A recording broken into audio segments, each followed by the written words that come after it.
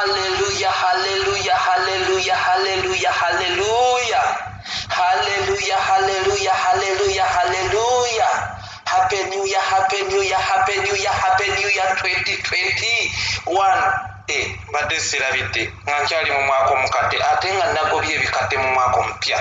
Happy New Year, happy New Year, happy New Year 2021. Nebaza mukama olw'amakya amalungi. This is morning breakfast olunaku lulungi amakya malungi. Eno ye Sunday sose mu 2021. Osobola okwebaza mukama mu buli ngeri yonna. Osobola okwebaza mukama akutuusiza ku lunaku luno. Buli lunaku lukulu mu maaso ga Katonda. Muve kuzirize mwalize twalirako emmere kwamategera gaze mwalirako emmere nange nalya. Naye twebaze mukama atuwadde ekisa ne tuyingira guno omwaka. Tumwebalize ddala, fumiitiriza ku bulungi bwa Katonda bwakutaddeko kubanga oli mu 2021 guno omwaka bujulizi bwennyini era buli muntu ogenda kutoola obujulizi. Buli muntu ogenda kutoola obujulizi. Tewazze mu mwaka guno by accidentally gy'ofudde bwabadde bujulizi kati ate eno ogenda kukwata obujulizi. Okuyita obuyise mwaka okugujja mu guno omulala nabwo bujulizi. Kati ogenda kukwata obujulizi. Ulira gano ge makya amalungi olunaku olw'Essande ennaku z'omwezi 3 Sunday yennyini esoose mu 2021.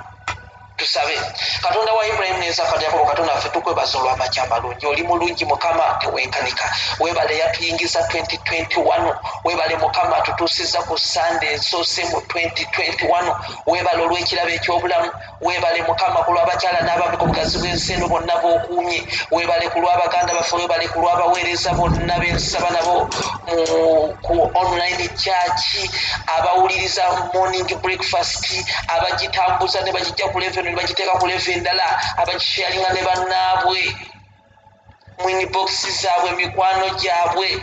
Katonda ow'ekisa nkwebaza. Weebale ku lw'abakyala abo bagabirira. Weebale olw'okubakuuma mukama. Weebale ku lw'obulamu bwabwe. Weebale mukama obayisaawo bonna.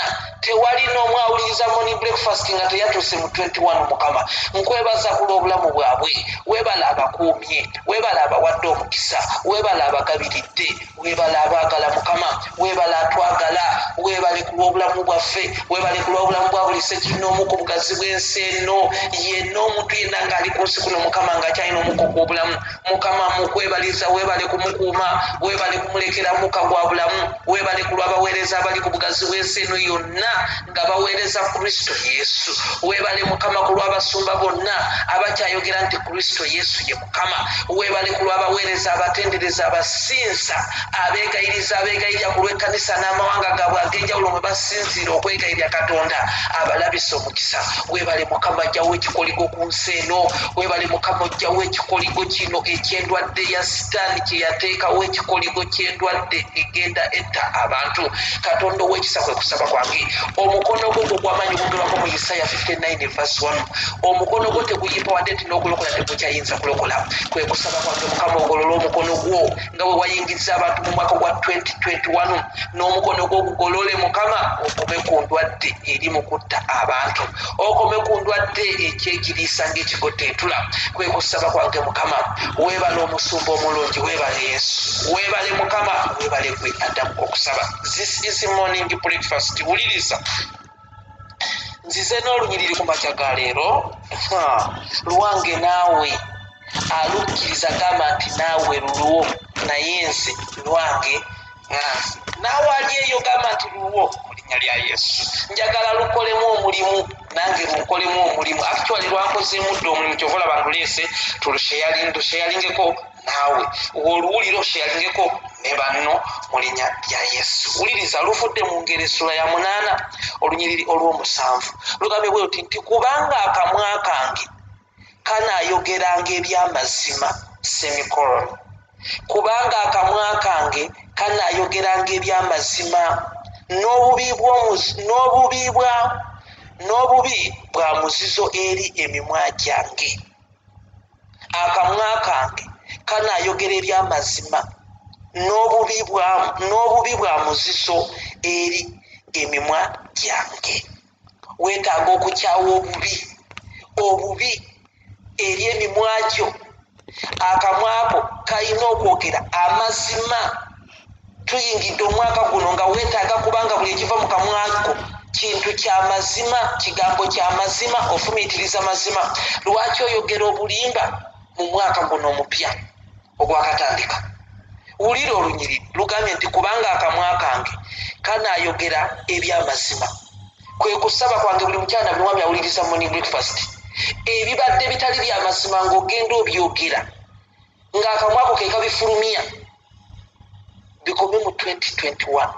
2020 lasa 2021 gwakatandika, twagala kuba ng'oyogera mazima.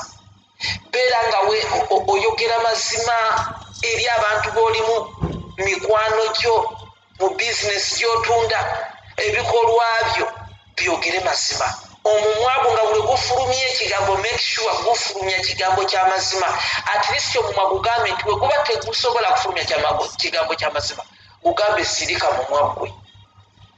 Kubanga wulira olunyiriri we lutye lwogedde lugambye nti kubanga akamwa kange kanaayogeranga eby'amazima.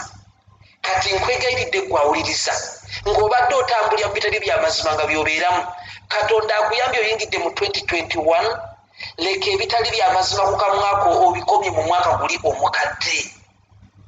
Bino bye tulaba ku social media n'ogenda ng'obitambuza. Waliwo yangamba nti kati nze awo omwasi gwe guba gubitambuza, nemugamba nkugambye omwo gwe guba gubitambuza. Tuyogera bulimba, tuyogera bukuusa, twogeya banno, tuyogera ku muntu mubi bulimba, toyisamu bantu maaso. Byonna era ndowooza omwo gwe gubikola n'omutima, kubanga bayibuli egamba nti ekijjula omutima akamwa kyekoogera. Kati fuga akamwako n'omutima gwo, akamwa kano kaleme okwogera ebyobulimba, naye n'omutima gwo gulemenga okufumiitiriza oba nagwo okwogeranga ebyobulimba. Kubanga oyinza ogamba kati sigenda kwogera byabulimba n'ogubikkako bw'otyo omumwa, naye munda mulinga gwo omutima gwe gwogera ebyobulimba. Kati omutima egwogera ebyobulimba omwagala gwo gufulumya ebyobulimba. Omutima egutandika okutambuza olugambo oli ku social media nga n'omumwa gutandika okulwogera. Kati ebyo byonna bikome mu 2020. 2021 weekolemu omulimu nga buli kigambo ky'ofulumya kiriko mazima. Ky'otaalinaako mazima tokinyega era tokirowoozaako, tokifumiitirizaako, totandika nakugamba nawulidde, ebyo ebya nawulidde byesonyiwe. Olwaleero lunaku lwakusaba ku chachi eziri ku gulawundi n'eziri ku online nga nze bwenkola nenkuweereza morning breakfast, naye tulina ne chachi ez'enjawulo eziri ku online. Kati wakati nga tuweereza Katonda, kibi nnyo twafuna olunyiriri wano wakati mu morning breakfast oba lwaveeyo mu Zakaliya, ndowooza mu kitabo kya Zakaliya nga lugamba nti nno waliwo ensulo ez'amazzi ezisobola okufulumya amazzi amalungi at the same time nezifulumya n'amazzi amabi, oba waliwo oluzi olusobola okufulumya amazzi agawooma at the same time negufulumya ate amazzi agalimu omunyu oba agatawooma. Kati guno omumwa kibi nnyo okubanga njogeza nguteeka mu maaso kwegamba ngukozesa ebigambo ebirungi ebiva eri Mukama Katonda, the same time ate nengukozesa ebigambo ebibi. So weewalenga okubanga omumwa gwo guvaamu ebigambo ebibi. Gwawuliriza kati mu morning breakfast, lekerawo ogenda ng'oyogera ku bantu, lekerawo ogenda ng'oyogera nebyola ku social media, lekerawo okubeera nga abantu oboogerako bubi. Kubanga olunyirugambye nti kubanga akamwa kange kanaayogeranga eby'amazima, yogera mazima. Wekugamba okwogera amazima newe biba bibi, ebibi nga bibi. Lwaki oyogera ebibi? Biba bya sitaani era nago si mazima. Sitaani takolangako mazima. Koja kungamba bagambye kwogera mazima ate kati ebirwayi tetubyogerako. Ebibi bya sitaani. Sitaani tayogerangako mazima.